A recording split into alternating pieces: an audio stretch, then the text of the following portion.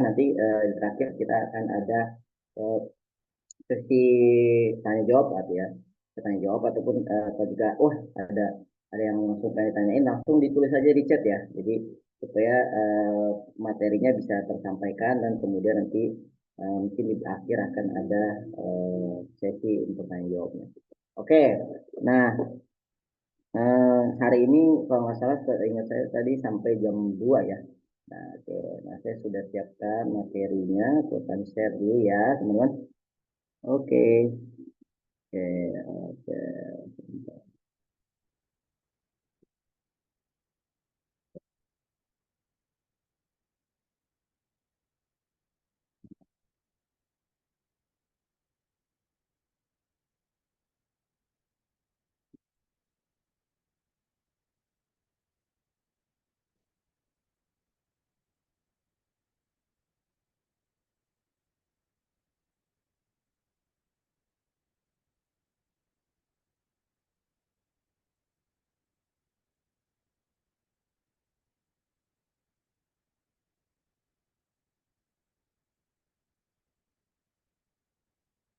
Ya, apa sudah terlihat ya? Terlihat ya. Oke. Nah, teman-teman sekarang ini kita akan membahas tentang action plan. Nah, silakan teman-teman mencatat ya jika ada hal-hal yang dianggap penting karena nanti mungkin akan terlewat. Oh, ada suatu hal yang baru ya teman-teman silahkan catat sehingga nanti teman-teman bisa mendapatkan sesuatu ya dari pertemuan kita hari ini. Nah, oke, nah pertanyaannya adalah kalau misalnya seperti ini mungkin teman-teman tahu di dalam bisnis ya kita memerlukan yang namanya dengan manajemen. Nah, oke, silahkan teman-teman jawab dulu apa yang dimaksud dengan manajemen. Silahkan dikasih di chat, kolom chat apa yang dimaksud dengan manajemen atau misalnya memang pengen ini satu orang untuk menjawab lah ya, satu orang untuk menjawab apa itu yang dimaksud dengan manajemen karena kita akan ada interaksi sedikit. Oke, silakan. Apa yang dimaksud dengan manajemen? Silakan. Oke, mana ya? Kalau misalnya sekarang dulu.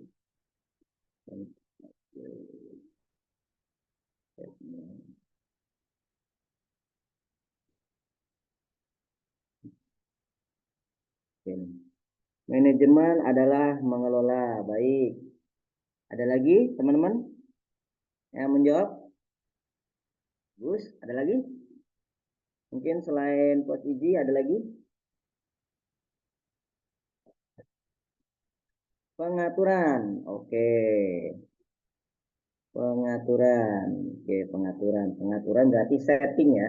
Oke, ada lagi? Pengaturan dan setting bisnis.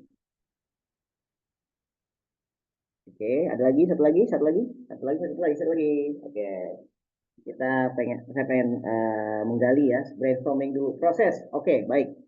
Nah, sekarang saya jawab dulu ya. Ya, ini terima kasih teman-teman yang minta kontribusi untuk memberikan jawabannya. Nah, manajemen itu yang dimaksud dengan manajemen itu ya kalau teman-teman tanya ini teman-teman kalau belajar manajemen di kampus bisnis ya maka manajemen itu diartikan adalah sebuah kegiatan untuk merencanakan ya mengorganisasikan mengaktualisasikan dan juga mengkontrol sehingga terjadi ya sehingga yang bertujuan untuk efektif dan efisien. Jadi ini manajemen tuh ini teman-teman. Jadi kita melakukan suatu proses yang dari mulai merencanakan atau planning, ya, kemudian organizing, ya, actuating dan controlling untuk mencapai efektif dan efisien. Gitu kan. Untuk mencapai tujuan efektif dan efisien. Nah, ini manajemen. Jadi POAC efektif dan efisien. Nah ini teman-teman yang perlu diingat. Jadi dalam manajemen itu kalau misalnya kita melakukan sesuatu kegiatan itu nggak asal-asalan, nggak tiba-tiba, nggak brek-brek-brek. Wah langsung aja nih mau berusaha langsung aja tanpa direncanain dulu, tanpa melakukan organisasi itu, eksekusi dan controlling. Nah planning itu apa teman-teman? Ya planning itu teman-teman melakukan sebuah perencanaan. Nah di perencanaan itu teman-teman melakukan pengumpulan data biasanya pengumpulan data ya kan riset kemudian menganalisis. Ketika sudah menganalisis baru teman-teman melakukan sebuah rencana bagaimana rencananya supaya terjadi efektif dan efisien. Nah setelah dibikin rencana teman-teman melakukan organizing. Nah, organizing itu ya, di organizing itu setelah rencananya, wah udah lengkap nih, misalnya, contohnya kita melakukan manajemen sebuah event ya. Nah, ketika kita sebuah bikin event, misalnya kita mau bikin event atau mau bikin sebuah manajemen bisnis bakso sederhananya. Nah, ketika manajemen bisnis bakso. Nah, ketika teman-teman lihat dulu, riset dulu, mencari mengumpulkan data bakso itu yang seperti apa, bakso yang enak itu seperti apa, tempatnya, lokasinya di mana, pesaing-pesaingnya bagaimana, dan lain-lain. Kemudian udah tahu, oke, sekarang saya mau bikin namanya bisnis bakso jumbo. Nah, jualnya bakso besar. Oke, dibikin lah itu, dapatlah rencananya. Nah, ketika bahasa rencana bakso jumbo, kemudian dilakukan organizing. Organizing itu artinya, oh, ketika mau menjalankan bisnis ini, berarti diperlukan tim, misalkan gitu ya. Organizing itu dalam hal pembentukan tim.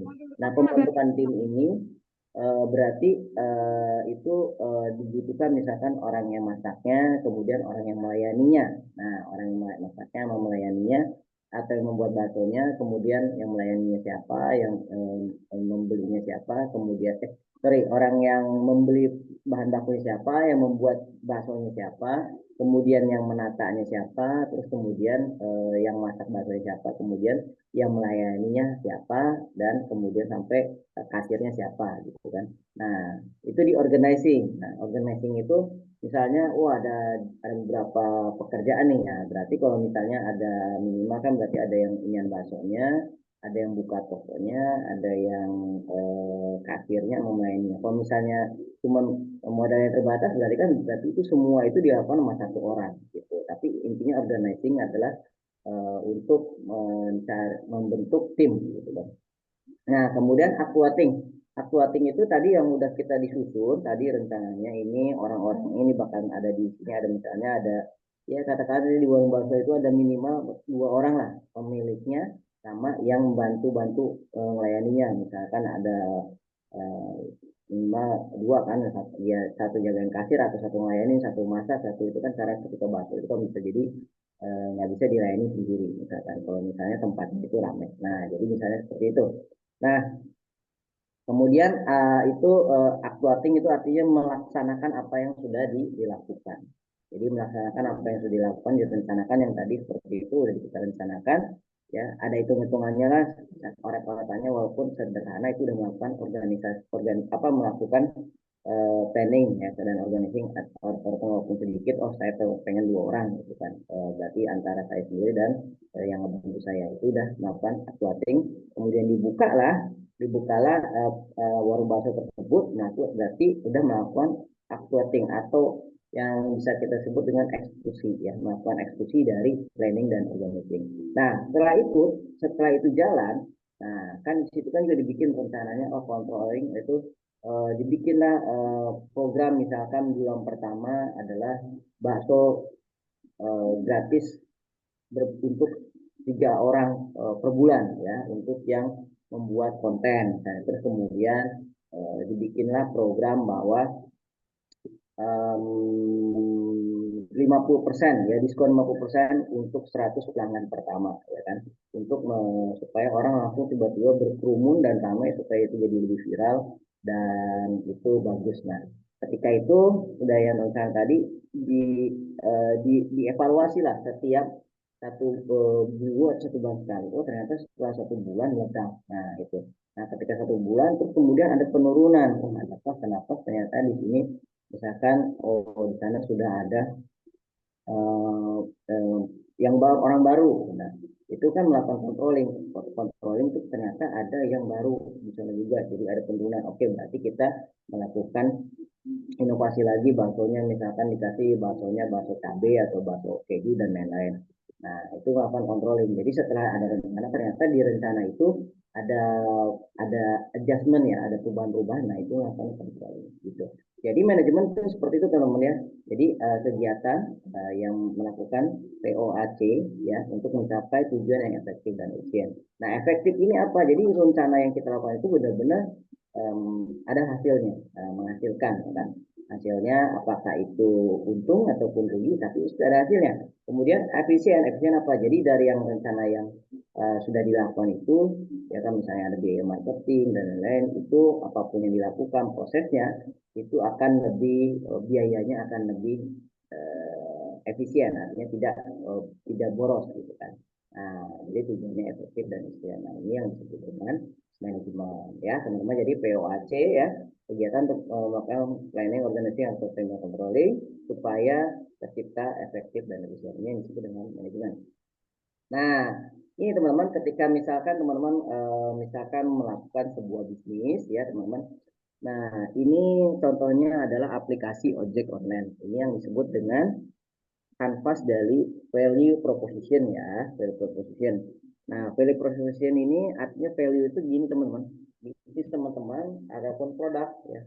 Kan produk ada ini misalnya handphone ini adalah handphone itu adalah produknya, kemudian bisnisnya adalah bisnis Apple atau Samsung. Nah, itu kan ada namanya value. Value itu adalah nilai ya, nilai. Dalam hal ini ya teman-teman dalam bisnis value itu adalah nilai ekonomi. Jadi masyarakat ataupun orang ataupun penduduk suatu negara kayak ataupun misalnya suatu tempat atau lokasi itu menilai harga suatu produk atau jasa itu ada nilai ekonomisnya.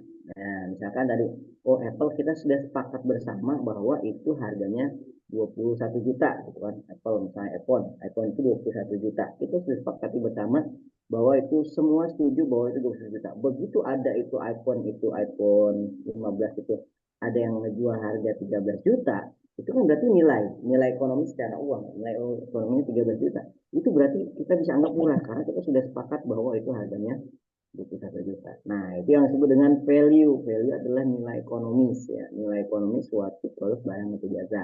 Nah, bagaimana terciptanya value ini? Nah, ini adalah ada namanya kanvas value proposition. Misalkan contohnya teman-teman, ini ada aplikasi ojek online. Nah, ini kita selalu memulai dari yang namanya target market. Target market adalah orang yang akan kita sasar untuk ngebeli produk kita, yang dia punya daya belinya dan dia butuh, dia pengen dan dia pengen suatu solusi dari produk ataupun jasa kita. Nah, oke. Nah, ini uh, ada pain, ada gain, kemudian di sini ada job ya. Ini ada pain, ada gain, ada job. Nah, di sini job ini pekerjaannya ini di sini sebelah kanan ada profil dari customer. Nah, kita nembek ke Zoom. ya baik. Nah, ini bayangkan di sini ya teman-teman ada sekelompok orang ya, teman target market itu sekelompok orang ya, sekelompok orang yang kita pengen sasar. Nah, ini ada dia punya kebutuhan ya, kebutuhannya adalah berpindah tempat ya, travel ke suatu tempat dan praktis tidak nyetir ya. Nah, ini fungsional job ini maksudnya dia kebutuhannya itu untuk berpindah dari tempat satu ke tempat yang lainnya atau transportasi, kemudian praktis atau tidak nyetir, jadi sesuatu hal yang bersifat emosional yang bersifat logika.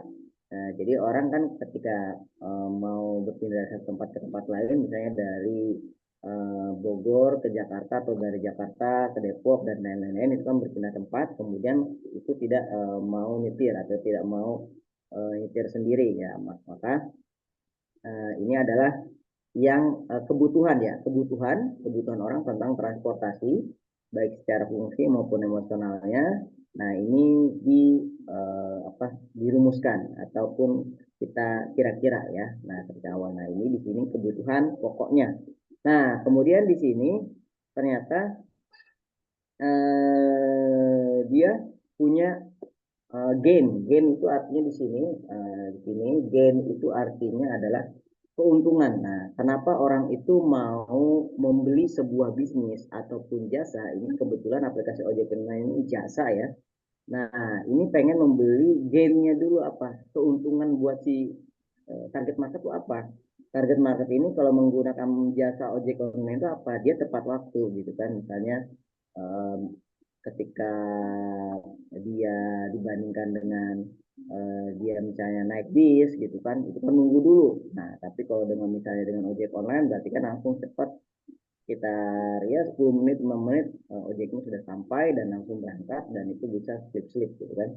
Nah, kemudian harganya terjangkau. Oh, ini nggak terlalu terjangkau, tapi ini mungkin agak lebih mahal, cuman dia akan lebih tepat waktu. Keuntungannya adalah tepat waktu. Misalnya harusnya menyusuri dari daerah Mampang ke daerah Mampang Jakarta, misalnya pengen ke daerah pusat atau ke Tamrin ya kan.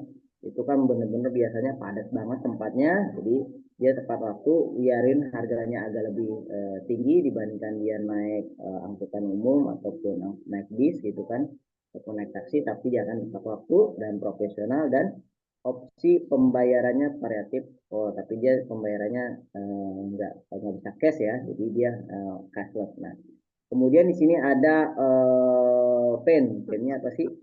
Pennya itu adalah kalau misalkan itu yang nggak mau, yang tidak mau sama si pelanggan itu nunggu lama, tarifnya diketok atau argo siuman. Kalau misalnya ojek-ojek pangkalan, kemudian kebutuhan sama penumpang lain, pengemudi tidak mana. Ini adalah gainnya. Nah ini dibuatlah inilah yang membuat ya, ataupun menjadi target market dari ojek online ini. Nah, ini dibikinlah produknya itu jasanya itu adalah aplikasi ojek online. Nah, aplikasi ojek online ini bisa apa? Nah, dia bisa memenuhi kebutuhan yang hemat waktu karena dia cepat kan, pengemudinya juga profesional dan sistem rating pengemudi. Jadi bisa profesional dan bisa tahu. Terus kemudian dia ada sistem instant booking ya, jadi cepat banget. Nah, kemudian assign driver otomatis sebutan semuanya dan harga sesuai sistem. Jadi tarif lebih ketat. Nah, ini jadi teman-teman, inilah yang membuat orang itu ya target market ini mau mengeluarkan uangnya karena dari apa keuntungan yang didapatin dari target market ini bisa terpenuhi dan juga apa masalah yang paling yang nggak tidak mau sama si calon pembeli ini bisa dipenuhi. Akhirnya di sini terjadilah transaksi gitu kan, terjadilah market fit gitu kan, harganya sesuai, nilainya sesuai. Di sini harganya misalkan tadi naik apa naik bis itu misalnya 20.000 ya misalnya, kemudian di ojek online 25.000 ya kan, walaupun harganya lebih mahal tapi ada suatu hal keuntungan dan juga gain yang didapatkan dari si target market yang cocok ini, dia akan tetap membeli harganya lebih mahal. Nah, itu contohnya adalah value proporsional. Jadi teman-teman, untuk bisnis yang teman-teman jalankan ini buatlah value proposition apa yang bisa teman-teman tawarkan gitu kan ke si target market, dan tentukan target marketnya ya. Target marketnya apakah umur berapa, dari umur berapa sampai berapa ya kan, apakah orang dewasa, anak kecil ya kan. Contohnya misalkan kalau sekolah, kita bikin sekolah kan, sekolah juga dibagi-bagi kan, ada yang sekolah SD, TK, SMP, ya, SMA, ya, itu adalah target market yang berbeda ya kan. Nah, itu di umur berapa yang menjadi target marketnya gitu. Nah, ini salah sedikit ya tentang value proposition ya teman-teman. Oke, nah kemudian di sini ya, oke, ada yang namanya riset analisis pasar. Jadi ketika teman-teman mau melakukan sebuah bisnis supaya bisnisnya berjalan lancar dan baik ya, dan tidak ada banyak resiko ya yang terjadi ya dalam bisnis, kan selalu ada resiko ya, resiko kerugian ya, baik itu dalam kerugian uang, waktu, tenaga ya, kemudian lain-lain ya. Nah, untuk mengurangi resiko, kita manage resiko itu gitu. Nah, di manajemen resiko itu teman-teman melakukan sebuah riset ya, pengumpulan data yang sebenarnya ada di lapangan gitu. Nah, bisa jadi data itu tidak banyak sekali data yang tidak sesuai dengan di lapangan gitu ya. Jadi banyakkan data yang tidak sesuai di lapangan, tapi tugas seorang pengusaha atau yang sedang berusaha itu dia harus bisa menemukan data yang sebenarnya di di mana, di lapangan atau di ketika dieksekusi. Jadi data yang sebenarnya itu adalah ketika dieksekusi gitu kan. Nah, itulah data yang sebenarnya. Kalau kita sudah tahu datanya yang tepat, nah biasa maka resiko kita akan lebih dikurangi gitu. Nah, risetnya apa aja ya teman-teman, bisa mengidentifikasi pasar potensial ya. ya dalam mempelajari segmen pasar, demografi, dan preferensi pelanggan yang menjanjikan. Kemudian melakukan analisis pesaing ya. Jadi identifikasi pesaing utama, strategi mereka, kelemahan yang dimanfaatkan, dan juga proyeksi permintaan. Buat perkiranya tentang permintaan di pasar berdasarkan data historis dan tren. Nah, teman-teman bisa sekarang teman-teman untuk mendapatkan data itu bisa melalui yang sederhana melalui online ya. Nah, kalau misalkan data itu sebenarnya riset data itu kalau kita yang perusahaan-perusahaan besar itu melakukan riset data melalui AC Nielsen gitu ya, lembaga survei, mereka melakukan kuesioner ya untuk melakukan sampling ya ke beberapa masyarakat misalnya yang dituju, misalkan 100 atau 1000 ya, kemudian dengan sampling itu nanti akan menemukan data. Nah, cuman di sini kita juga bisa melakukan yang sederhana itu dari risetnya dari kita bisa melakukan dari Google Trend ya teman-teman. Di sini teman bisa buka coba Google Trend. Nah, ini sederhananya adalah data di online ya. Nah, misalnya ini teman bisa Google. Nah, ini kita contohnya bahasa lagi ya. Oke. Target anak muda, mahasiswa, karyawan. Oke, anak muda, mahasiswa, karyawan. Oke, ya. Kemudian kelebihan produk, menu makanan komplit sederhana, ramah di kantong. Bisa tunai, bisa kirim ke tempat nongkrong santai. Oke, kelebihan produk. Kurangan, tempat parkir terbatas, kompetitor, harga menu, dan tempat. Ya, value. Oke, pertanyaannya ketika value ini, ya, kan ini ada pertanyaan dari Ibu Sri. Ibu Sri, apakah bisa disebut value? Bisa. Pertanyaannya adalah orang itu kan sering beli, berarti tuh ada yang membeli itu ada value-nya, gitu aja.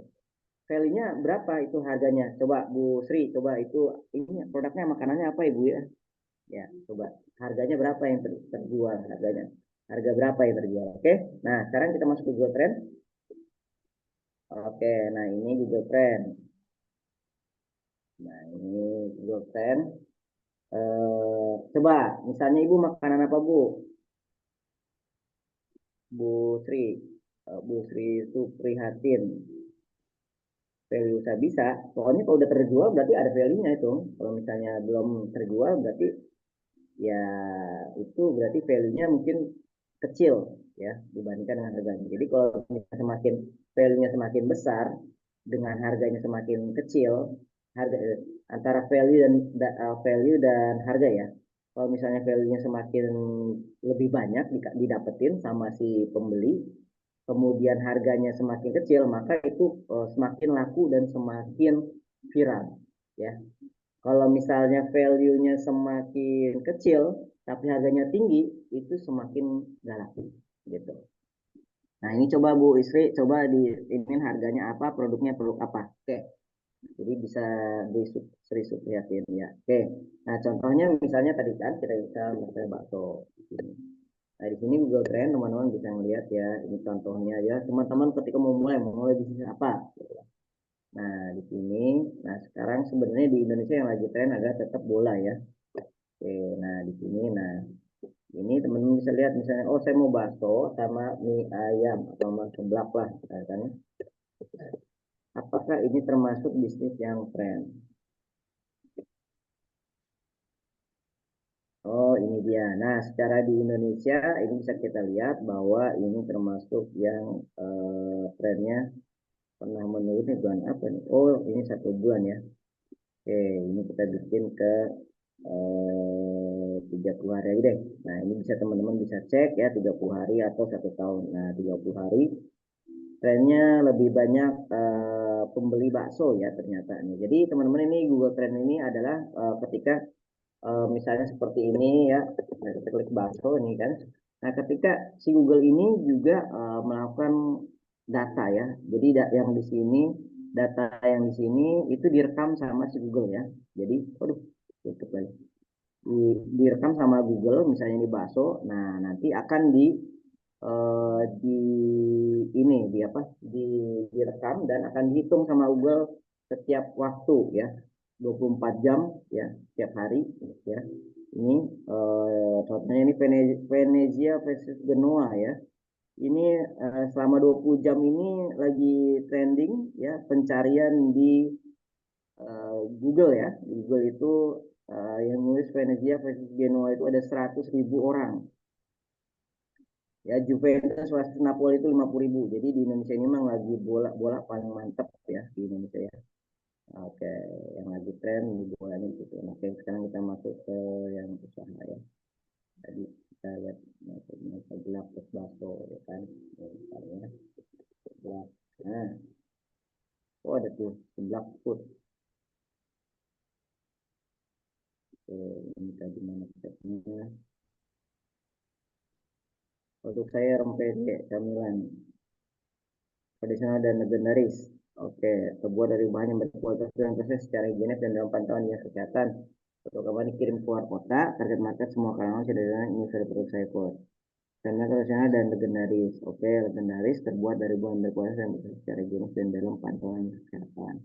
Ya, boleh kamu dikirim. Oke, value-nya adalah higienis, pantauan kesehatan. Jadi sehat ini. Oke, camilan tradisional dan legendaris. Ya, camilannya apa Bu ya? Oke. Oh, rempeyek ya. Oh, rempeyek tradisional legendaris terbuat dari bahan yang berkualitas dan diproses secara higienis dan berat.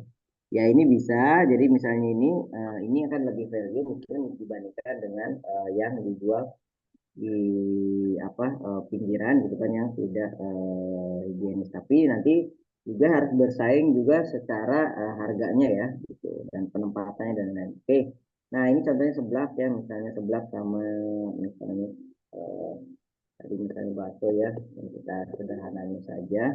Ini salah satu metode riset yang bisa digunakan. Kemudian di sini Indonesia, ini juga bisa kita lakukan. Di sini diganti dengan sesuai dengan apa provinsi. Nah, ini kemudian ini provinsinya Jakarta, kita bisa iniin diganti misalnya ini selama 30 hari. Oh, 30 hari ternyata orang di bakso di Jakarta itu lebih banyak yang em, menyukai bakso dibandingkan dengan sebelah gitu kan. Ya. Misalnya kita mau ini lihat sama 12 bulan. Nah, kapan sih di bulan-bulan yang ketika itu tren banget? Nah, ini ternyata di bulan April ya. Seingat saya di bulan April itu Lebaran ya. Kayaknya ya. Ya waktu Lebaran ya. Waktu Lebaran itu naik. Nah sekarang juga di bakso ini nggak tahu nih di bulan September ini ada kenaikan. Mungkin karena hujan ya. Faktor hujan orang makan bakso ya. Jadi ternyata di bulan September ini ada kenaikan di Jakarta gitu ya. Nah ini ya datanya ya. Kita bisa lihat dan kita juga bisa lihat di sini ini ini kita tadi pakai interestnya di Jakarta ya. Nanti bisa teman-teman kalau di Indonesia bisa lihat juga di mana sih bakso yang ini. Nah, misalnya Indonesia ya kita rubah Indonesia tadi kan Jakarta ya. Nah Indonesia ternyata yang paling banyak trending itu ya baksonya di Bangka Jawa Tengah ya. Yang pertama Bangka Belitung, Provinsi Bangka Belitung, kemudian Jawa Tengah ya, kemudian Bengkulu, kemudian Jawa Barat ya. Ternyata ini yang laku larisnya. Nah ini untuk misalnya ini ternyata yang lagi viral itu adalah seblak Mama Saleh dan pentolan seblak Bekasi dan pentolan seblak seblak TBT Medan. Luar biasa ini. TBT Medan lagi viral ya. TBT Medan 4.400 untuk seblak. Jadi teman-teman kita bisa lihat ternyata ini pentolan seblak Bekasi coba atau seblak Mama Saleh lagi viral. Seblak Mama Saleh. Nah, ini. Ini viral nih seblak Mama Saleh di mana nih? Sukajadi, Bandung. Ya, seblak Mama Saleh sama seblak pentol Bekasi. Ini lagi viral ya. Nah, ternyata ini yang lagi viral untuk produk ini produk apa? Produk ini em, produk pentol seblak. Wah, ini pentolan seblak nih lagi ini. Nah, lagi viral dan lagi banyak ya yang belinya ya pentolan seblak misalnya kan itu. Oke, ini ya ini pentolan seblak sih paling seblak. Nah, itu ini produknya. Ini gitu. Ya pokoknya ini pentalan sebelah ini lagi viral lagi ini. Ya, nah ini bisa teman-teman tiru juga nih. Misalnya ini kan ada di Bekasi, teman-teman di daerah yang lain belum viral nih, misalnya kan di pentalan sebelah ini kan di Bekasi nih. Nah teman-teman dibuat yang lain, di kota lain mungkin bisa dipakai karena lagi viral di Bekasi. Teman-teman bisa juga bikin ide usaha ini pentalan sebelah dengan merek yang lain. Nah ini salah satunya. Oh, gitu, gitu. Ya, oke. Ini salah satu ya. Teman-teman sudah melakukan sebuah riset sederhana, ya. Ya ternyata itu ya. Kemudian pemain-pemainnya ada berapa, ya kan di sebelah-sebelah, mungkin di daerah ada enggak. Kemudian di kota-kota kita ada enggak. Itu kan mempengaruhi kan ya. Oke, nah kemudian rencana pemasaran. Nah, teman-teman, rencana pemasaran itu teman-teman menentukan produk dan jasa ya.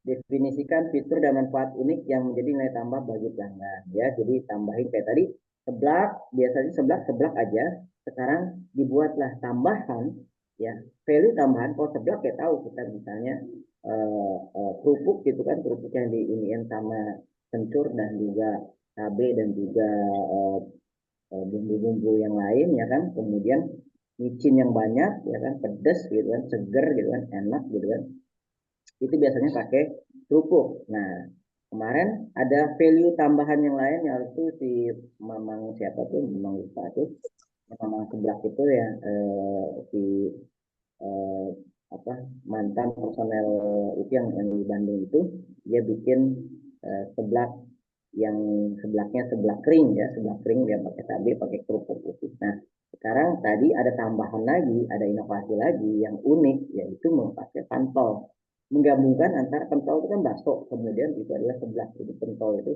seblak bakso.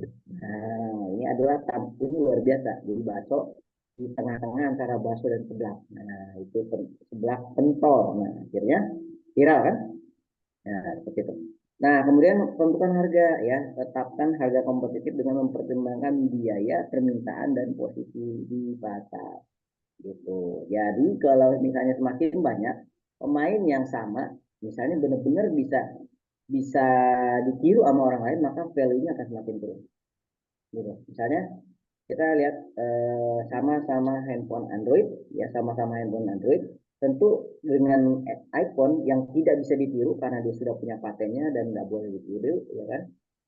Dia baik dengan software dan hardware-nya, harga iPhone itu tetap walaupun tinggi, ya dia tidak bisa disamakan gitu kan harganya. Dan dia itu saya dengar-dengar bisa untung lebih dari 10 kali lipat gitu ya, 10 kali lipat keuntungannya di Apple itu, karena dan orang tetap beli. Kenapa? Karena baik dari hardware-nya ataupun device-nya, kemudian dengan software-nya, iPhone itu apa sih, iCloud atau apa gitu ya, namanya iCloud. Nah itu kan kita kan semua pakai Android ya kan, yang merek-merek kan pakai Android dia pakai iCloud. Nah itu dari itu ternyata mempunyai keunggulan dibandingkan yang lain katanya, ya katanya itu buat yang pengguna-pengguna iPhone itu ya, yang suka fanatik iPhone itu gambarnya lebih tajam gitu kan, dari layarnya gambarnya lebih tajam, terus itu lebih bagus dari Android katanya gitu. Kalau kamera katanya lebih bagus gitu ya, sebenarnya nggak juga sih, sebenarnya yang nomor satunya tetap Huawei, cuman Huawei itu brandingnya kurang bagus karena brandingnya branding Cina ya kan? Padahal Huawei itunya lebih bagus. Nah itu jadi dia value-nya dari Apple itu adalah branding ya, yang dijual value-nya dia adalah kemewahan ya, jadi gengsi ya, jadi bukan hanya sekedar dia jual produk tapi dia jual kemewahan, dia jual gengsi. Jadi kalau misalnya kita orang membeli, kenapa membeli iPhone dibandingkan handphone Android ya kan, dia biar bisa di sini ada iPhone-nya gitu, ini loh harganya handphone 21 juta gitu dibandingkan dengan itu kan orang melihat itu.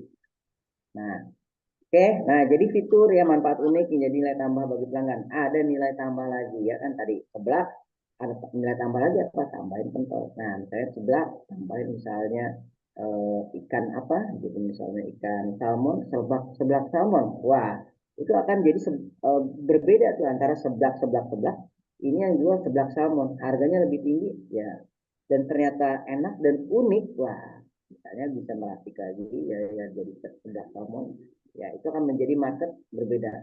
ya. Nah, itu akan menjadi harganya jadi bisa tinggi, walaupun biasanya katakanlah orang jual 12.000, dia jual 25.000, mungkin saja dia jual di mall, dan itu bisa jadi misalnya enak, tetap enak dan rasanya unik gitu kan. Itu kan tetap orang beli yang 25.000 karena memang dia cuma satu-satu, ya, unik, karena dia unik dan dia ada nilai tambah tadi sama. Oke, lanjut. Kemudian harga price. Nah, tetapkan harga kompetitif dengan mempertimbangkan biaya permintaan dan posisi pasar tadi ya. Posisinya di pasar gitu, apakah sama ataukah mempunyai sesuatu hal yang perbedaan ya. Nah, kemudian distribusi. Nah, distribusi itu terdiri price dan promotion. Nah, ini sebenarnya di sini kalau di dalam manajemen itu mix mega marketing atau product price plus promotion. Nah, cuman di price dan promotion kita samakan, saya satukan dengan distribusi buat bahasa Indonesianya. Flash dan promotion. Flash itu adalah tempat teman-teman, jadi teman-teman itu menempatkan itu di mana. Nah, teman-teman bisa menjual sebuah, misalkan katakanlah ini adalah air aqua. Air aqua ini untuk yang 250 mili, yang 600 mili itu dijualnya harganya 7.000 di pinggiran ataupun di Alfamart ya. Tapi ya begitu ini ditempatin, misalkan air ini ditempatin di hotel, itu bisa dijual 15.000 dan tetap orang beli. Nah, itu namanya place atau channel ya, tempat tempat ataupun channel. Kemudian place juga bisa jadi distribusi, artinya gini, teman-teman bisa uh, melakukan distribusi, distributor, reseller dan itu agen itu dengan harga-harga yang berbeda ya, dengan kuantitas yang cukup harus lebih banyak. Nah, itu juga melakukan distribusi ataupun di place di situ. Kemudian melakukan promotion. Promotion ya artinya teman-teman tadi misalnya harganya 100.000 untuk sekarang beli satu dapat dua, itu termasuk promotion. Kemudian bundling ya, misalnya bakso plus sebelah ya kan, atau mie ayam bakso ya, mie ayam misalkan 15.000, bakso misal 20.000, mie ayam plus bakso itu 17.000. Nah, itu termasuk promosi. Jadi berbagai macam ya teman-teman itu melakukan promosi, itu melakukan untuk supaya itu menambah daya tarik lagi ya, baik dengan dari harganya apapun dengan melakukan kampanye ya, kampanye sebuah produk ataupun bisnis teman-teman ya. Itu lebih ke arah kampanye ya, kampanye untuk supaya meningkatkan omset dari penjualan teman-teman. Nah, jadi rancangan saluran distribusi yang efektif untuk menjangkau pelanggan sasaran dan rancang program promosi dan komunikasi pemasarannya.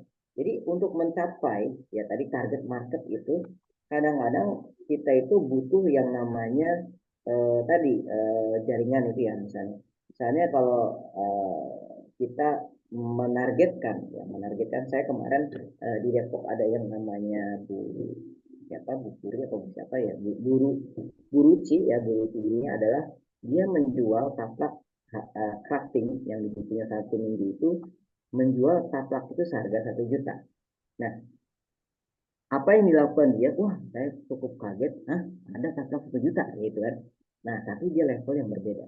Level yang berbeda, dia bukannya levelnya menengah bawah, tapi dia mentargetkan level premium ya. Jadi hanya menargetkan 5% orang pembeli di seluruh Indonesia gitu. Jadi nggak menargetin yang menengah atau bawah. Menengah atau bawah kan 95% kan Indonesia. Jadi dia yang beli itu adalah kalangan pejabat, artis, dan juga ya pejabat, bahkan istri presiden Ibu Iriana itu beli dari dia ya, dan pejabat-pejabat ini dia kenal gitu kan. Nah, bagaimana dia menargetkannya itu ya, berarti ya dia itu melakukan promosi ya. Promosinya di mana? Promosinya itu melalui Inakraf. Inakraf itu ditanya berapa Bu itunya, sewa itunya, sewa standnya. Nah, dia jawab sama dia, stand saya sewa stand ini 5 hari 8 juta. Wah, kaget saya. Wih, saya tahunya untuk sewa stand itu teman-teman itu 7 juta. Dia bilang 8 juta. Saya cukup kaget. Itu kan berarti kan hampir 2 kali lipat lebih kan dari sewa stand. Oh, beda Mas. Kalau misalkan di sono di Pakansari itu cuma 7 juta betul. Tapi itu marketnya berbeda. Marketnya itu menengah bawah gitu kan. Ini atas. Jadi dia sekali sewa stand itu sama juga siap kehilangan Honda Beat. Ya. Honda Beat terbaru sekitar 17 juta. Itu cuma untuk 5 hari. Terus yang datang gimana? Oh ya, ya yang datang itu beda. Nanti ada eksportir di situ di JCC itu kelasnya beda mas, beda dengan kelas-kelas yang mall-mall kecil ataupun mall-mall yang Ramayana, apalagi Ramayana ya, Ramayana itu kan bawah banget ya. Kalau saya pamerannya di Grand Indonesia, di Plaza Indonesia, nah di situ lah. Dia bisa menjual kaplak yang harganya minimal 600.000 sampai 1 juta. Baju juga seperti itu. Baju-baju yang premium gitu. Jadi itu casting tuh pakai dia manual gitu kan.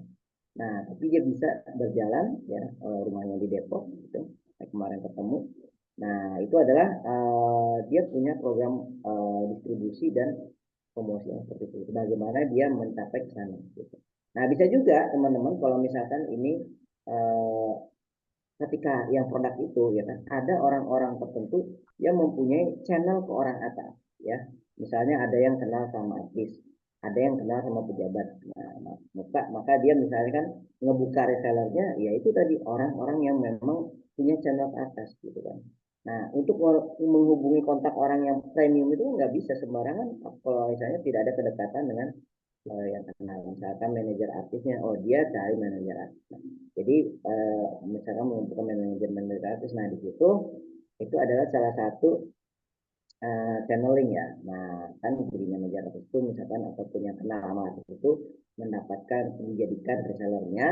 Nah, itu jadi dia kan nggak bisa kan langsung kontak yang dengan orang yang punya pengaruh besar atau punya masa besar ataupun memang yang sudah punya penghasilan besar itu kadang-kadang nggak bisa langsung kenal sama itu langsung kecuali dikenali sama yang sudah kenal sama orang besar tersebut. Nah, itu adalah salah satu strategi ya teman-teman dengan cara termasuk termasuk itu adalah biaya distribusi ya. Itu adalah salah satu contoh rencana pemasaran. Jadi disesuaikan apakah produk teman-teman itu produk premium ataupun produk menengah dan tengah dan lain itu teman-teman harus merencanakan ya kan merencanakan. Jadi kalau misalnya seperti Bu Ruci itu ya dia setiap yang dia target ya memang orang-orang yang premium. Kemudian kalau reseller dia ya udah reseller-reseller yang punya ke orang-orang yang atas yang nggak kaleng-kaleng lah intinya. Yang nggak peduli dengan yang udah nggak ini dengan harga tapi dia ngelihat suatu hal produk yang unik ini gitu kan ini yang memang harganya yang marketnya itu tidak banyak tapi uangnya banyak ya marketnya tidak banyak artinya ya jumlahnya populasinya sedikit cuma 5% di Indonesia ya bahkan bisa ekspor ya ekspor juga tetap aja ya nggak walaupun ekspor juga bukan orang-orang yang menengah bawah tetap menengah atas ya. Nah, oh enggak, kalau misalnya ekspor berarti mungkin akan lebih murah ya karena mungkin kursnya lebih tinggi ya misalnya ke Amerika gitu kan. Mungkin menengah di sana masih dapat gitu. Nah, jadi seperti itu ya teman-teman ya, rancang program promosi dan komunikasi pemasarannya ya kan. Kemudian jadi itu masuk ke dalam press dan promotion ya. Oke, lanjut. Nah, kemudian kembali ya. Oke. Oke. Nah, kemudian setelah itu, ya, teman-teman untuk kegiatan pemasarannya apa sih yang dilakukan? Nah, yang dilakukan adalah branding, marketing, dan selling. Nah, perbedaannya yang paling mudah ada apa? Kalau teman-teman sekarang ini masih polosan, artinya produk hanya sekedar produk itu masih polosan. Nah, maka kita melakukan branding. Branding itu adalah apa? Branding itu adalah yang dimaksud.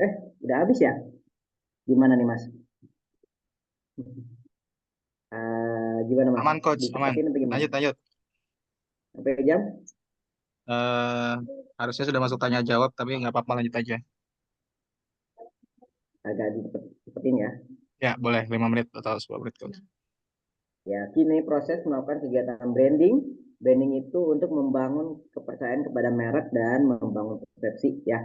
Nah, jadi supaya orang ketika lagi produk itu percaya dan membangun persepsi. Nah, ini untuk kalau misalnya lebih dalam lagi ya agak panjang. Tadi kayak saya kan kalau cerita agak ini ya. habis waktu. Nah, kemudian marketing ya mencari permintaan pasar sebanyak-banyaknya membuat orang penasaran dan tertarik. Di marketing ini intinya indikatornya adalah banyak orang yang nanya jawab, Bu itu harganya berapa? Ah, itu udah berhasil itu branding. Marketing. Kalau branding intinya, wah saya tahu nih, pokoknya menurut saya itu harganya udah terpersepsi harganya Apple tuh harga yang premium. Nah, itu udah termasuk branding. Ya, kemudian selling itu udah ketika nanya-nanya udah pokoknya terkonversi dari merubah permintaan menjadi transaksi. Ya, konversi dari yang bertanya-tanya menjadi transfer atau cash. Itu aja intinya. Itu yang paling gampang dan mudahnya antara branding, marketing, dan selling. Dan ini kegiatan yang terus dilakukan karena ini adalah key activity dari sebuah usaha atau kegiatan yang tidak akan pernah berhenti dan ini dilakukan tiap hari, sehari bisa berkali-kali, ya kan, branding materi misalnya dan tidak akan berhenti. Kalau misalnya stop ini di stop berarti perusahaan juga ada stop, tidak ada kata berhenti untuk branding marketing dan selling. Nah, teman-teman melakukan perencanaan pemasaran bisa dengan offline dan juga bisa dengan online. Nah, tadi ada apa, bazar dari kegiatan event kita ini. Nah, teman-teman itu melakukan itu namanya kegiatan offline atau kegiatan darat ya, marketing darat dan kemudian marketing udara itu online. Nah, event promosi lokal, kemudian dan lain-lainnya, kemudian bertemu, membangun jaringan ya. Ya tadi kan contohnya membangun jaringan ke artis itu kan termasuk promosi juga ya, kegiatan promosi ya, kemudian sosialisasi dan lain-lain. Kemudian ada online, teman-teman bisa melakukan digital marketing ya. Ada terjadi dari SEO. SEO itu untuk optimasi Google. SMM itu sosmed apa sosial media marketing. Jadi bagaimana teman-teman melakukan sosial media marketing ya, melakukan sosial media. Semua sosial media kita lakukan. Kemudian ada dua di online itu, ada yang paid marketing artinya iklan atau berbayar dan juga organic marketing artinya kita tidak melakukan yang berbayar. Nah, ini salah satu dan online. Oke, kita agak cepat ya.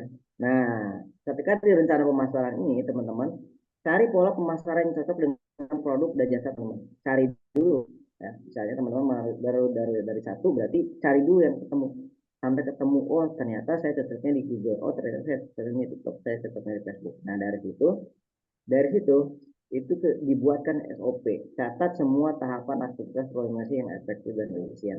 Nah, ketika udah tahu, udah dapat terus ketemu terus-terusan, nah itu nanti bisa untuk direkrut untuk orang misalkan untuk membantu teman-teman untuk jadi marketing. Nah, kemudian rekrut sesuai dengan jabatannya, tentukan spesifikasi, berikan gaji yang layak dan rekrut online tepat. Kemudian ajarkan cara marketing dan selling yang efektif, lakukan mentoring dan consulting karena dunia berubah dengan cepat. Nah, kemudian ada rencana operasional ya teman-teman. Operasional itu terdiri dari sebenarnya lebih ke arah ke produksi ya, lebih ke arah produksi ya. Jadi kalau produksi itu rinci ini proses produksinya, kebutuhan bahan bakunya, jadwal manufakturnya ya. Untuk logistiknya, rencanakan sistem penerimaan, penyimpanan, dan pengiriman yang efisien. Jadi dia logistik lebih ke arah stok ya, lebih ke arah stok ya, gudang ya, sistem penerimaan, penyimpanan, dan pengiriman yang efisien. Nah, sumber dayanya ya, apakah butuh karyawan, peralatan, teknologi untuk operasi. Nah, itu operasional seperti itu ya. Nah, untuk logistik ya teman-teman ada penyimpanan ya. Penyimpanan itu ada penempatan bahan baku ya, proses produksi, packaging dan bahan jadinya. Teman-teman itu melakukan penyimpanan di lokasi-lokasi tersebut supaya untuk melakukan proses itu tidak cari-cari barang dan lain-lain. Kemudian packingnya ya, dan packingnya itu packing dari produk itu untuk meningkatkan daya beli ya, daya beli produk tersebut. Daya jual, sorry, meningkatkan value ya. Kalau misalnya kita lihat kalau burger biasa, ya udah itu harganya misalnya 12.000. Tapi kalau misalnya burger yang bagus kan pasti ada kertas itunya, kertas tulisan misalnya brandnya itu ya, kertas minyaknya itu, terus kemudian ada boxnya, ada boxnya dan kemudian ada brandnya, itu akan tentu harganya berbeda dengan uh, uh, burger yang polosan ya. Packaging yang bersentuhan dengan langsung produk, ada packaging kardus dan bubble wrap. Ini contoh packaging. Pengirimannya ya, alamat lengkap dan nomor telepon, ketepatan waktu pengiriman, kurir atau armada sendiri. Jadi teman-teman bisa pakai kurir ya, ataupun armada sendiri khusus untuk yang memang produk-produk yang bisa dikirim. Nah, ada yang nggak bisa dikirim, misalkan produk-produk lokal, produk-produk makanan basah itu yang paling pengirimannya hanya pakai Gojek. Tapi kalau misalnya pakai kurir, nah itu teman-teman pasti butuh status dan bubble. Nah ini adalah salah satu logistik, manajemen logistik yang bisa teman-teman praktekin. Nah, untuk struktur organisasi, saya agak cepat ya. Nah, struktur organisasi ini ada manajemen ya, pemimpin yang bertanggung jawab atas pengambilan keputusan strategis. Jadi mereka leader-leader ya tadi, misalnya teman-teman sudah cukup besar. Ada tim operasional itu yang dipimpin sama bagian jajaran manajemen, karyawan yang bertanggung jawab atas pengusahaan perusahaan. Kemudian ada kompetensi inti, keahlian dan kapabilitas unik yang menjadi keunggulan kompetitif. Nah, ini ada orang-orang tertentu yang punya skill-skill khusus seperti IT dan lain-lain. Nah, untuk rencana keuangan, ya aku cepet nih ya. Anggaran biaya ya, anggaran biayanya ada perkiraan biaya tetap, ada biaya variabel dan biayanya dengan akurat ya. Jadi teman-teman melakukan budgeting lah, ketika melakukan sebuah proses marketing atau proses bisnis melakukan budgeting, kemudian akan mendapatkan penghasilan berapa, itu proyeksi pendapatan ya, proyeksi penjualan yang realistis berdasarkan analisis pasar. Kira-kira pokoknya targetnya saya sebulan itu bisa menjual 1.000 ya produk dengan keuntungan 1.000 ya, berarti dapat 1 miliar gitu ya. Nah, kemudian analisis arus kas. Evaluasi aliran kas masuk dan keluar untuk memastikan likuiditas yang sehat. Ini kalau arus kas itu jadi kita punya uang cash itu berapa untuk melakukan operasional. Misalnya kita punya 10 juta ya itu untuk 1 bulan ya, atau kita punya 20 juta untuk misalkan operasional itu untuk melakukan 2 bulan dan lain-lain. Itu bisa dianalisis arus kas. Sumber pendanaan. Nah, misalnya tadi teman-teman, nah ini Wira ini organisasi yang kita teman-teman lakukan juga adalah salah satu sumber pendanaan yang bisa teman-teman nanti dapatkan fasilitasnya seperti investor ataupun pinjaman. Nah, ini rencana keuangan. Nah, secara sederhana, keuangan sederhana itu mencatat semua pemasukan dan pengeluaran. Ya, ini prinsip keuangan yang sederhana ya. Kemudian pisahkan uang bisnis dan pribadi sehingga jelas antara keuntungan dan kerugian dari itu. Jadi punya rekening khusus untuk itu tercatat. Kemudian ada laporan penjualan, ya, laporan stok dan laporan laba rugi. Nah, ini 3 hal yang pasti ini yang wajibnya ya, laporan penjualan, laporan stok dan laporan laba rugi. Dan teman-teman harus bisa membaca ini minimal 3 ini.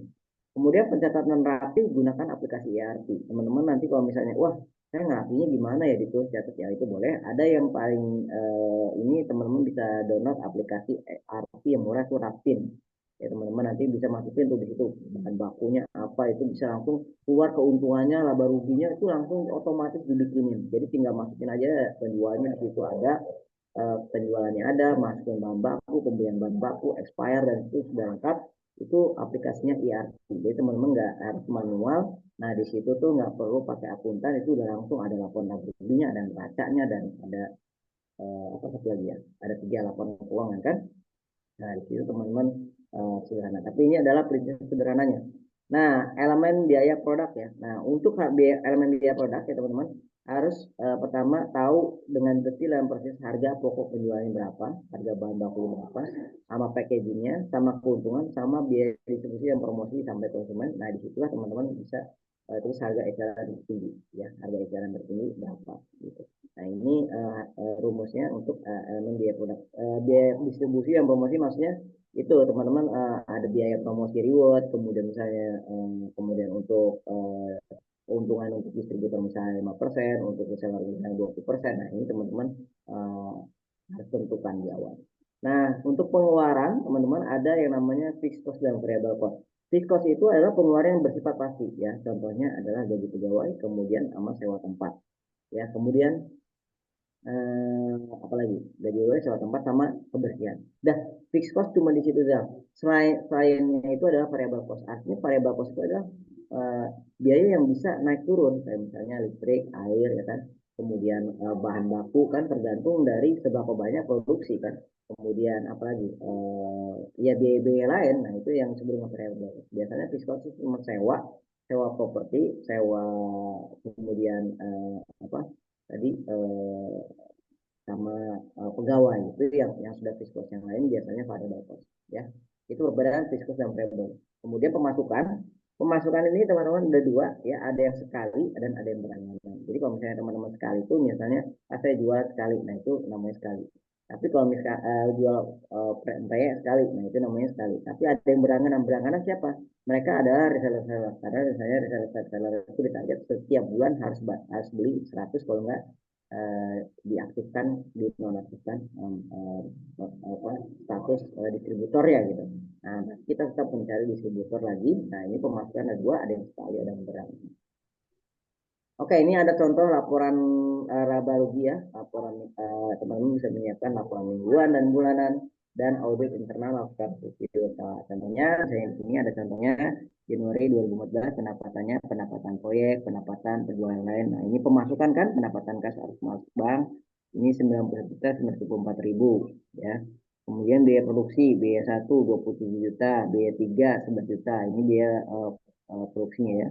Total biaya produksi 38 juta. Biaya usaha lain, kerusakan dan kerugian material. Nah, ini kerugian-kerugiannya 2 juta 400, 10 juta, 12 juta 400 kerugiannya sekitar 12 juta 400. Nah, total biaya pendapatan, nah ternyata pengeluarannya itu 50 juta misalnya. Berarti laporan ruginya dari 91 juta kurangi 50 juta berarti 41 juta. Jadi masih ada keuntungan 41 juta.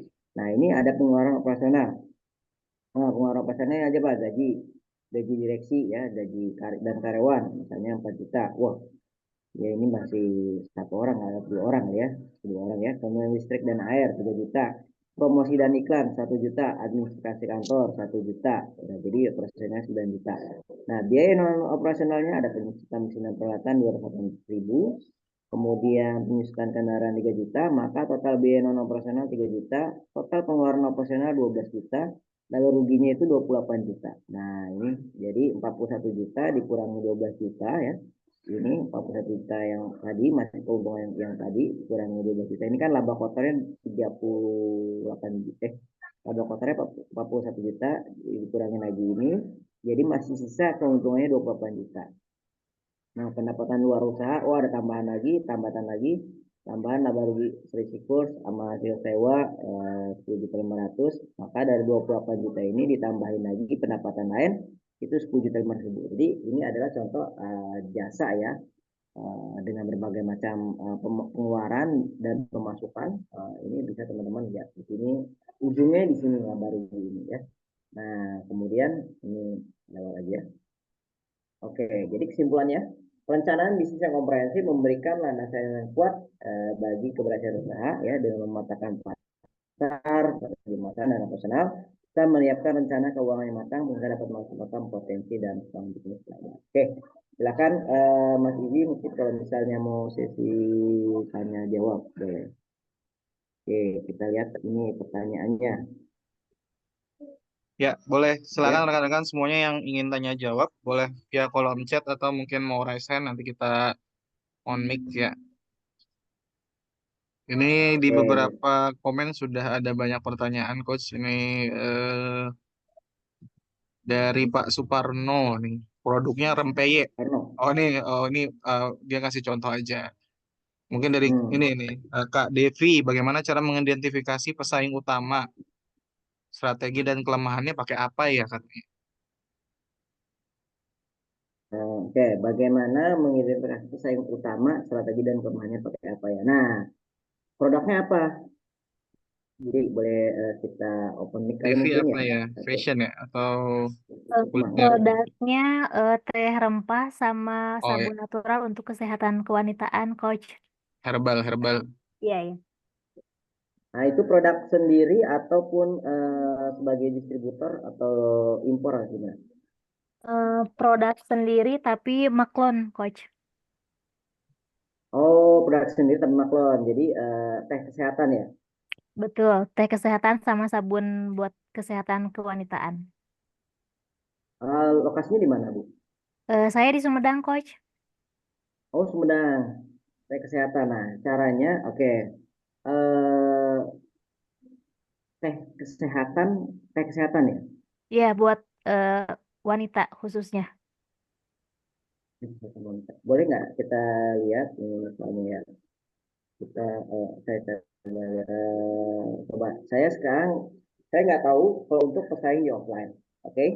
Iya, Tapi saya Coach. bisa lihat secara online aja dulu ya kan, kalau offline Berarti kan kita juga berarti harus tahu nih misalnya di offline itu berarti lebih ke arah lokasi ya, lokasi di daerah-daerah situ siapa gitu kan Siap, pemain-pemain siap. teh itu ya kan. Nah, sebenarnya pemain teh banyak juga kan, pemain teh banyak. Ini cuma tes kesehatan untuk wanita, artinya ini punya value yang bagus dan posisi yang bagus ya. Cuman sebentar aku cari dulu. Nah, kita misalnya bisa cari dari Google teh kesehatan wanita. Ini saya secara online aja ya. Baik, Coach. Karena kalau offline kan berarti itu harus melakukan antara kita benar offline atau melakukan survei.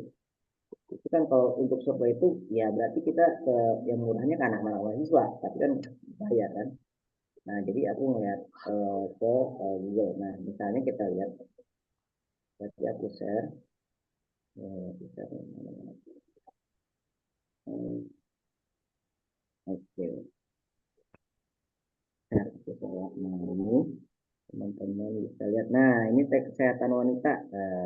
Ibu produknya yang mana? Ini banyak nih. Ada ini, ada Green Spirit teh, minuman teh pelancar haid, ada Namanya Teh GSR, Happy. Teh Happy, Coach. Tapi Happy. kayaknya nggak ada di situ deh, Coach. Ya, oke. Ya ini pemain-pemain utama nih salah satunya dari Google ini kelihatan. Karena biasanya kalau produk secara online ya, produk secara online, berarti mainnya kan orang ada di Google sama di sosial media. Gitu aja sederhananya. Nah, apa yang muncul misalnya ke sini-sini kita cari di sini. Kita misalnya pengen lihat di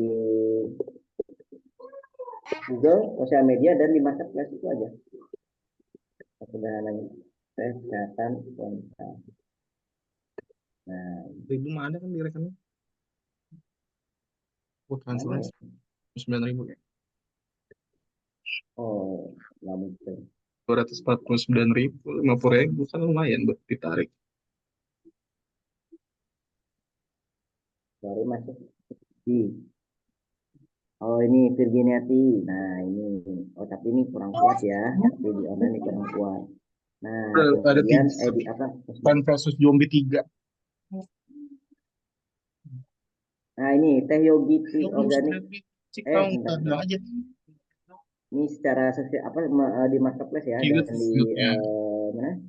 Google ya. Cute-cute. Nah, ini Action Care.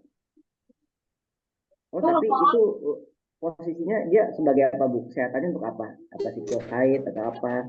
Iya, untuk kesehatan rahim, kalau selama ini Coach, jadi banyaknya testimoni untuk penebalan dinding rahim, tapi kendalanya Hmm. saya sendiri itu tes saya itu bukan perizinannya bukan TR gitu, Coach, bukan tradisional, tapi MD gitu.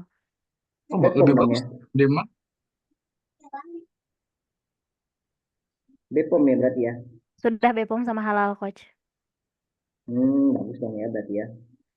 Ya, cuma Ya Coach berarti hmm, kendalanya jadi karena memang saya pemain baru gitu ya, Coach. Kalau di kesehatan yang bentuknya minuman gitu ya. Jadi kayak ada miskomunikasi dari pabriknya. Ternyata kalau untuk herbal atau kesehatan itu baiknya memang harus TR gitu ya, Coach. Nah, saya MD hmm. gitu, Coach. Jadi saya bingung untuk marketingnya itu gimana supaya tidak overclaim, tapi khasiatnya sendiri itu mengarah ke kesehatan gitu.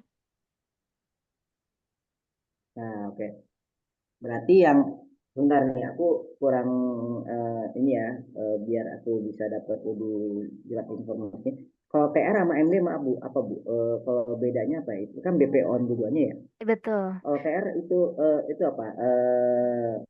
Rumah tangga Ka- apa? Apa? Kalau Kesehatan. TR itu kayak lebih ke tradisional, jamu, herbal, rempah itu masuknya ke Dia itu situ, kayak Coach ini gitu. kayak suplemen ya. Iya, Suplemen. kayak kayak lebih ke kesehatan, lebih tujuannya itu buat kesehatan, tapi bahannya jamu, rempah, herbal kayak gitu. Tapi kalau MD itu kan minuman dalam negeri, jadi masuknya kayak eh kelasnya tuh kayak Yakult, kayak Marimas, Just Juice gitu. Cuma bedanya kalau saya itu tehnya itu eh, ada rempahnya gitu, Coach. Tapi untuk perizinannya masuknya ke MD karena ada perisa apa buah peach gitu. Jadi kayak minuman biasa gitu ya. Iya, betul betul, Coach. Tapi eh, Jadi saya bingung di marketingnya gitu Coach, mau mau bilang ini untuk kesehatan rahim, tapi kan tidak boleh overklaim karena perizinannya juga MD gitu. Tapi mau dibilang teh biasa juga dia ada khasiat untuk kesehatan rahim gitu Coach. Oh, biasanya kalau untuk memang kalau berarti kan benar BPOM ya, bukannya PIRT apa ya? PIRT itu Bukan kan Coach, Dinas udah Kesehatan Bepom. ya. Iya, Iya, iya. iya. Memang kalau di BPOM itu memang itu berarti dari pabrik makunnya ya kasih tahu bahwa itu MD ya. Iya, jadi kurangnya komunikasi Hmm, kayak kalau TR gini gini gini, cuma memang MD sama TR itu biaya perizinannya memang beda katanya Coach gitu. Jadi kalau TR itu lebih mahal gitu. mungkin bisa kalau misalnya mau agak itu jadi dinaikin ke TR apa nggak bisa Bu?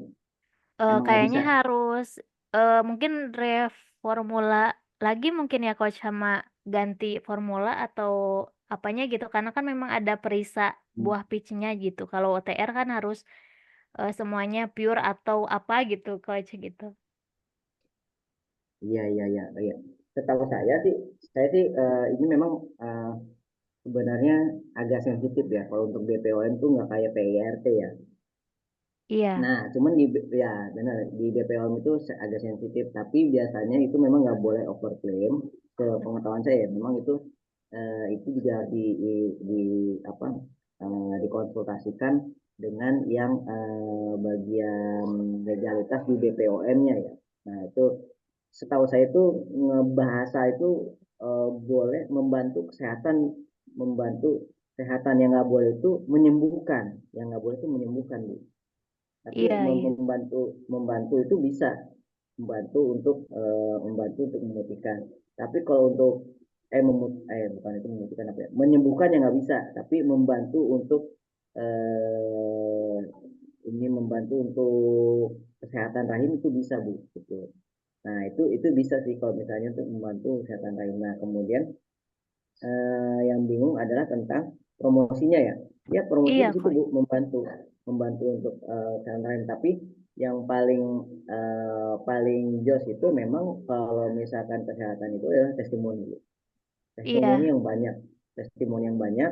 Ya waktu itu temanku juga yang bergerak di bidang kesehatan di waktu itu di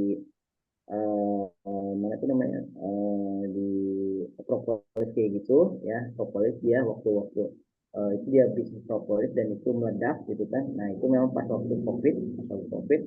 Nah itu dia bahkan dia membuat program itu adalah kompetisi testimoni waktu itu. Kompetisi testimoni dapat hadiah berapa 5.000 berapa gitu. Nah itu yang testimoni itu yang diperbanyak itu makin banyak itu itulah yang menjadi senjata apa marketingnya di situ Bu betul, betul, gitu. Coach. Jadi nah di situ ada program itu kompetisi testimoni ya.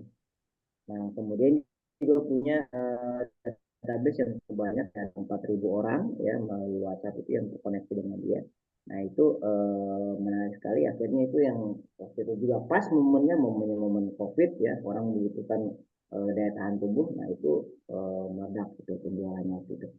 Ya, kurang lebih dia bilang sih sebulan itu bisa 80 jutaan lah. Ya. Nah, jadi kekuatan dari kesehatan ini biasanya itu dari testimoni dan endorsement, Bu. Semakin banyak testimoni dan endorsement, apalagi kalau memang yang itu testimoninya itu real, gitu. Artinya bukan yang memang kita set up untuk dia ngomong ini, tapi dia benar-benar organik, original, gitu kan. Kemudian itu akan menjadi senjata marketing yang paling kuat, gitu. Selain itu dulu, yang kedua adalah dari baru program resellernya Bu, program reseller yang dibentuk dengan kuat. Nah itulah yang kemudian jadi ini. Nah tapi yang penting kan kemasannya itu kan membantu menyehatkan apa gitu kalau saya. Cuma itu harus ngobrol tuh sama pabriknya itu Iya, untuk betul, Coach. batasan-batasannya gitu. Cuman ya kalau misalnya orang yang testimoni kan kita nggak bisa kontrol. Iya, benar. Iya kan? Masa Iya. dia pengen di ini sama polisi, orang saya jadi dari sini jadi sehat, ya udah nggak mungkin ditangkap dia kan? Iya, iya betul, Coach. Iya Ya, kan? Jadi jadi eh katanya kalau MD memang katanya sih coach ya, tapi saya tidak tahu jelas gitu. Kalau MD itu memang tidak boleh, kalaupun di kemasan tidak boleh klaim membantu atau apa gitu ya, kalau tidak salah gitu Ya ya coach. gitu. Saya nggak tahu tuh kalau itu lebih arah teknis pabrik Iya yang iya lebih paham betul. tuh. Iya Nah, coach. cuman kalau misalnya orang yang nyoba terus ngakuin, ya dia itu nggak mungkin kan dia Iya diinin kan, betul. nggak mungkin kena kena kena sama kena semprot sama BPOM kena sama polisi kan. Ya orang dia ngomong gitu kan, Iya dia iya betul merasakan. betul.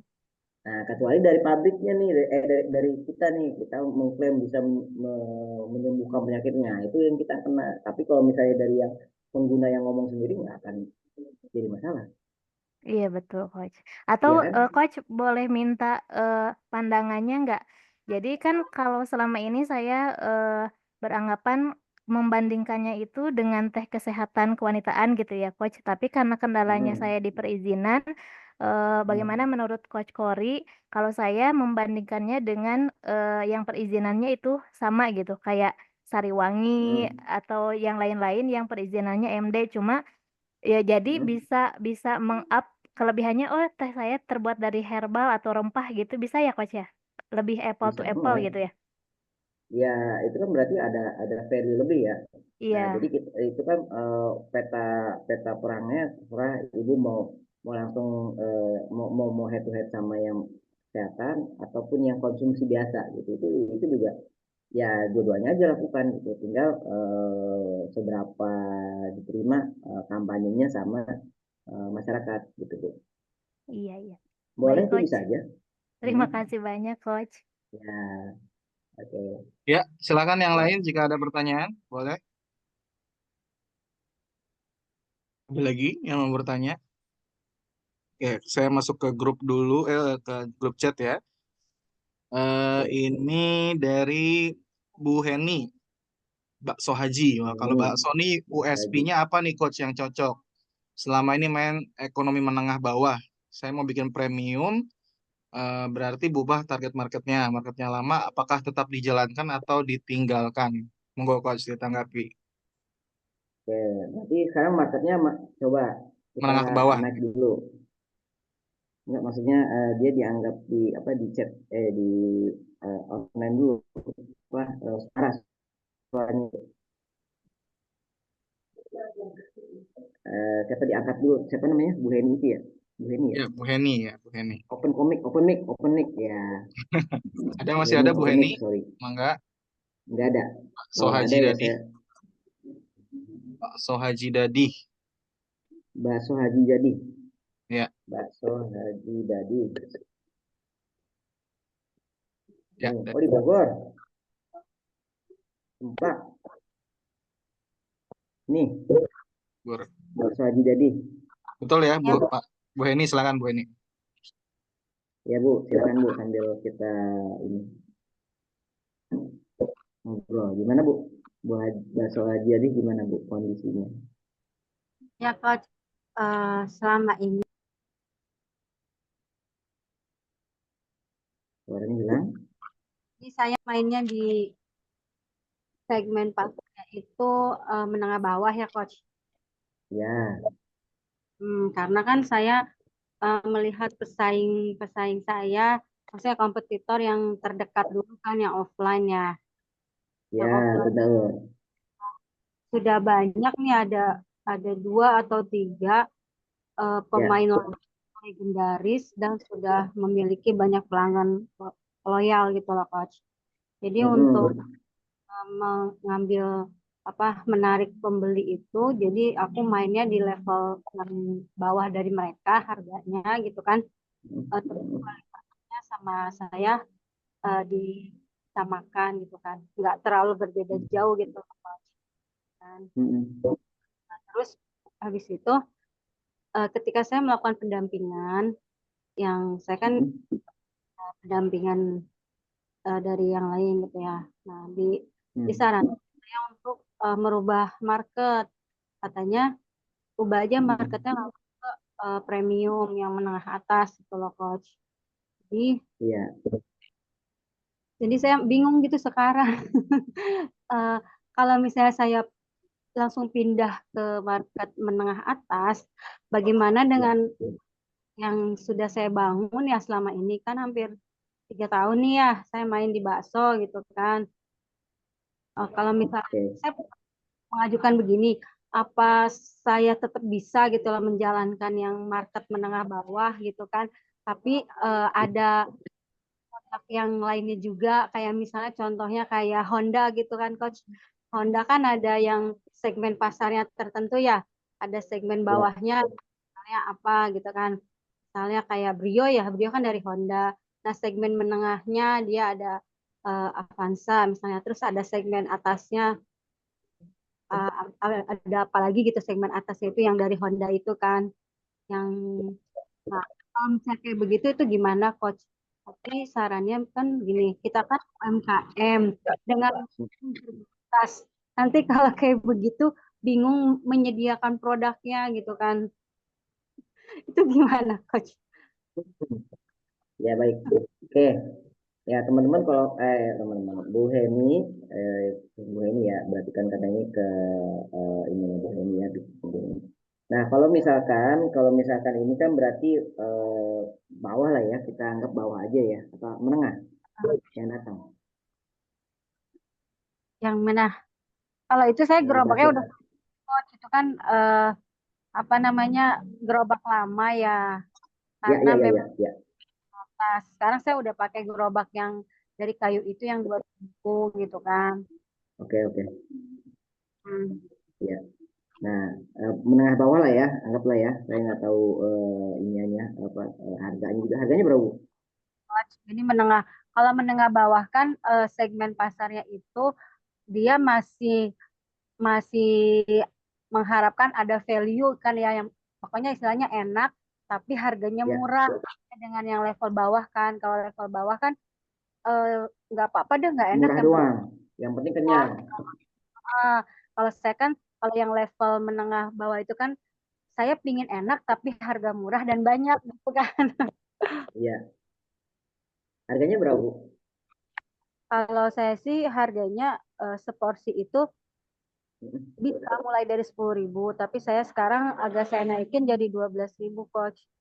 Nah, idenya Oh, sebenarnya misalnya saya mau main di yang atas tanpa meninggalkan yang bawah gitu kan, apa kalau kayak gini gimana, Coach? Misalnya yang 12.000 itu saya bikin jadi setengah porsi gitu kan, tapi dengan porsinya tetap porsi 12.000, cuma ditulisnya setengah porsi. Nah, yang nanti ketika saya main di level yang atas itu kan, misal level yang atas harganya 20.000 misalnya.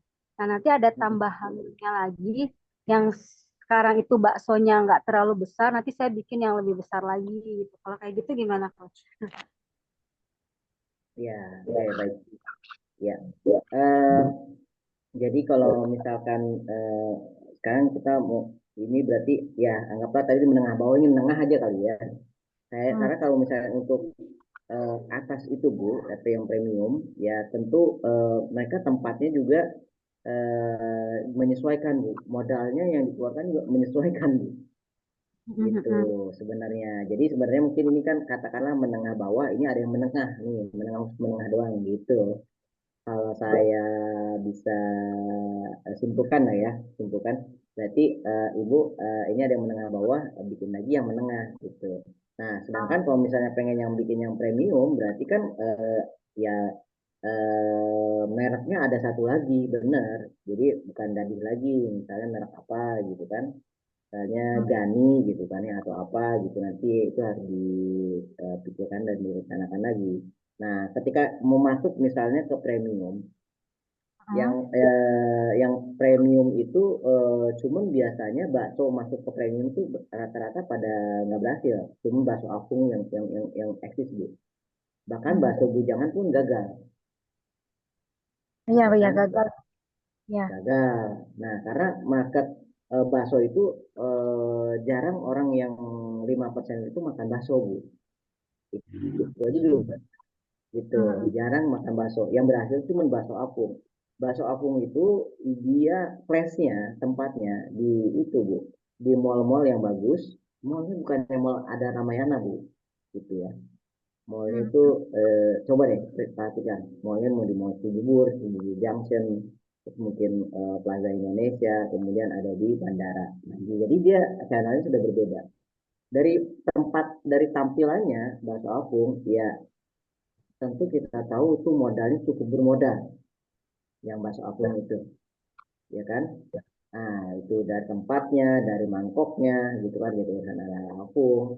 Nah, jadi kalau misalnya ada yang menyarankan ke premium, artinya market yang 5% di Indonesia, ya kalau market 5% Indonesia, kita harus menyesuaikan ininya, fasilitasnya. Fasilitas bisnis kita harus disesuaikan.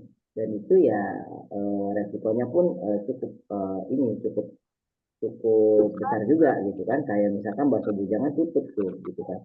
Nah, dan untuk itu kualitas rasanya harus benar-benar mantep gitu. Misalnya kan baksonya dagingnya, katakanlah saya nggak tahu ya daging sama tepungnya 80% atau 90% gitu dagingnya, jadi benar-benar kayak ada bakso yang di Fosun itu namanya bakso Mona Lisa, tahu Bu? Oke, Bakso Mona Lisa Coach. tahu? Oh, udah. Ya, oke. Oh, ya udah, oke. Karena waktunya terbatas, Ya, mungkin dicukupkan, Coach. Nanti kita bisa diskusi ya, banyak karena Coach Cory ada juga di grup gitu ya, teman-teman nanti bisa diskusi banyak dengan beliau via grup WA chat gitu ya.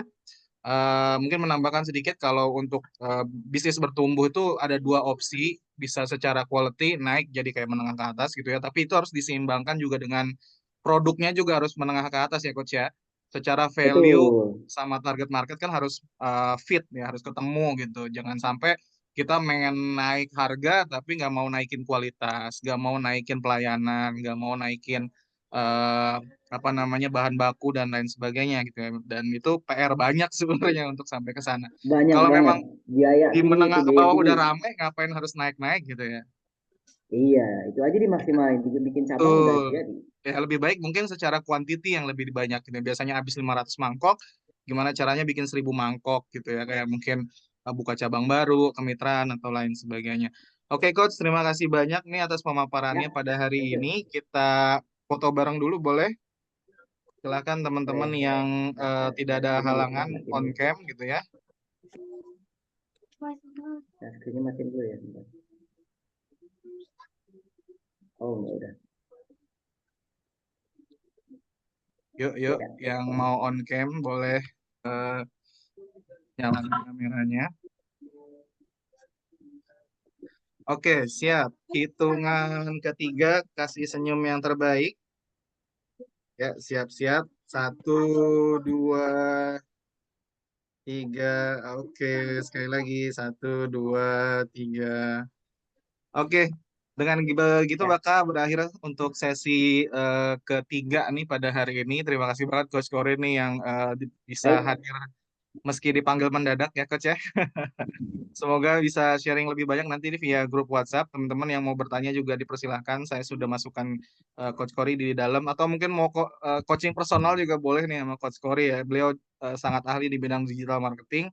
Barangkali teman-teman mau bantu untuk ngobrol-ngobrol tentang periklanan dan lain sebagainya bisa konsultasi dengan beliau. Juga ahli di marketplace juga nih teman-teman ya. Dulu pernah jadi mitra Bukalapak betul ya Coach ya? Itu nanti mungkin teman-teman yang mau konsultasi seputar marketplace juga bisa bertanya dengan beliau. Itu saja mungkin untuk hari ini. Sekali lagi terima kasih Coach Cory dan terima kasih rekan-rekan yang sudah hadir on time bahkan dari awal sesi sampai akhir ya sampai hari ini lumayan ramai pada hari ini. Saya tutup dengan alhamdulillahirabbil dan assalamualaikum warahmatullahi wabarakatuh. Selamat sore semuanya. Waalaikumsalam warahmatullahi wabarakatuh. Terima kasih Coach Cory, Thank you Mr. Coach Indi. Cory, thank you Terima semua. Ya, kasih. sama-sama. Oke, saya izin untuk stop Zoom-nya ya.